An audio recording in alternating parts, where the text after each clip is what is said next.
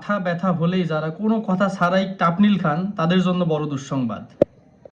মাত্র 30 বছরের একটা মেয়ে পা ফুলানে ডাক্তারের কাছে এসেছে। ডাক্তার সাহেব পরীক্ষা নিরীক্ষা করে দেখলেন যে তার কিডনির সমস্যা। তো ডাক্তার কিছুটা অবাক হলেন যে এত অল্প বয়সে কিডনির সমস্যা। তো তারপর তিনি জিজ্ঞাসা করলেন যে আপনি কি কোনো ব্যথার ওষুধ খান কিনা। তো মেয়েটি স্মার্টলি উত্তর দিল যে না স্যার, আমি তেমন কোনো ব্যথার ওষুধ খাই না, তবে মাঝে মধ্যে আমার মাথা যন্ত্রণা করে, তো আমি টাপনিল খাই। ডাক্তার সাহেব বললেন যে আপনি কয় বছর যাবত এটা খান। তো বললো 5-6 বছর যাবত আমি খাই এবং মাঝে মাঝেই খাই। ডাক্তার সাহেব নরম স্বরে বললেন যে এই টাপনিলের কারণে আজ আপনার কিডনির সমস্যা হয়েছে। আপনারা বুঝেনই না যে এটা একটা ব্যথার ওষুধ, এটা খেলে কিডনির সমস্যা হবে। মাথা ব্যথার জন্য কেন শুধু এই টাপনিলই খেতে হবে? টাপনিল ছাড়াও তো ওষুধ আছে, নাপা এক্সটেন্ড খাবেন, নাপা এক্সট্রা খাবেন, অথবা নর্মাল নাপা খাবেন।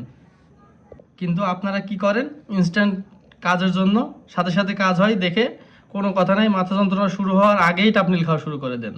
আর এই ভুলের কারণে আজ আপনার কিডনির সমস্যা। আপনাকে এখন এই সমস্যা সারা জীবন বয়ে বেড়াতে হবে। তো দর্শক বন্ধুরা, এখন থেকে আপনারাও আর ভুল করবেন না। মাথা ব্যথা যন্ত্রণা হলেই টাপনিল খাবেন না।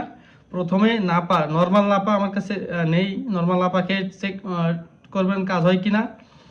তারপরে নাপা এক্সট্রা, তো নাপা এক্সট্রাতে যদি কাজ না হয় তাহলে নাপা এক্সটেন্ড। নাপা এক্সটেন্ড হচ্ছে 665 এমজি।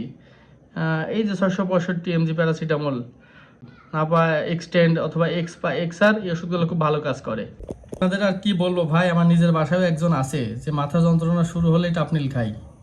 তো তাকে আমি বুঝাইতেই পারি না যে ভাই টাপনিল খেলে তোমার কিডনি নষ্ট হয়ে যাবে।